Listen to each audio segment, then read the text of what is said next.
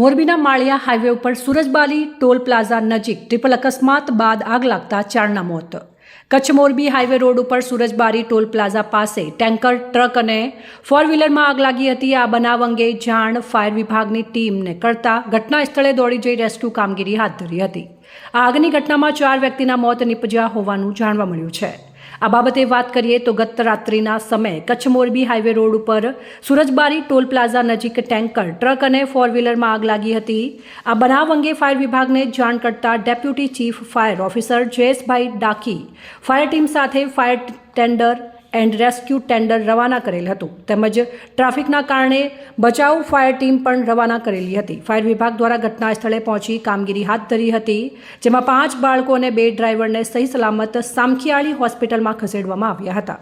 જ્યારે આગની લપેટમાં આવી જતા 4 વ્યક્તિઓના મોત નીપજ્યા હોવાથી 4 ડેડ બોડી ઓળખ માટે સિવિલ હોસ્પિટલમાં ખસેડવામાં આવેલ છે.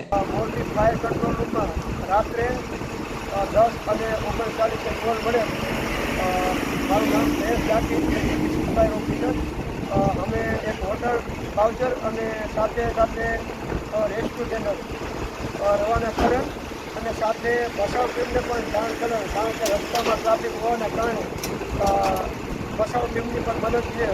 અમને કોલ એવો મળેલો હતો કે ત્યાં ફાયર પણ થયેલી છે અને સાથે 4 માણસો જેવા ફસાયેલા છે.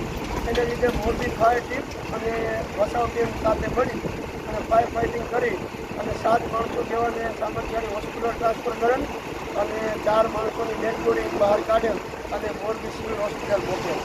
Report Shrikant Patel, Sambandh Bharat news, Morbi.